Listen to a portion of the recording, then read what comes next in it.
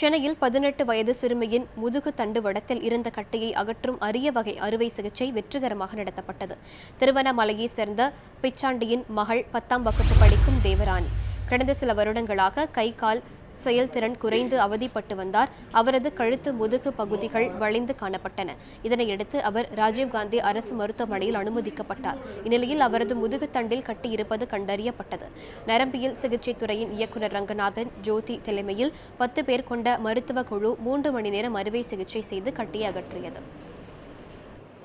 மூலமா ஃப்ரீயா CT scan MRI scan எல்லாம் பண்ணி அது தண்டு வடத்துக்குள்ளார பெரிய கட்டி இருக்குன்றதை கண்டுபிடிச்சு அந்த தண்டு வடத்தை முதுகு தண்டு வடத்தில் கழுத்து பகுதியில் அதை ஓப்பன் பண்ணி உள்ளே திறந்து பார்த்தா அது பெரிய கட்டி ஸ்பைனல் கார்டையும் ஓப்பன் பண்ணி அந்த பெரிய கட்டியை திறந்து பார்த்தா அந்த கட்டிக்குள்ள முடி பல்லு கொழுப்பு இதெல்லாம் இருந்தது. அதுக்கப்புறம் அதை பார்த்தா it is one of the rare tumour. உலகத்திலே 100 பேருக்கு தான் இது வரைக்கும் ரிப்போர்ட் பண்ணியிருக்காங்க.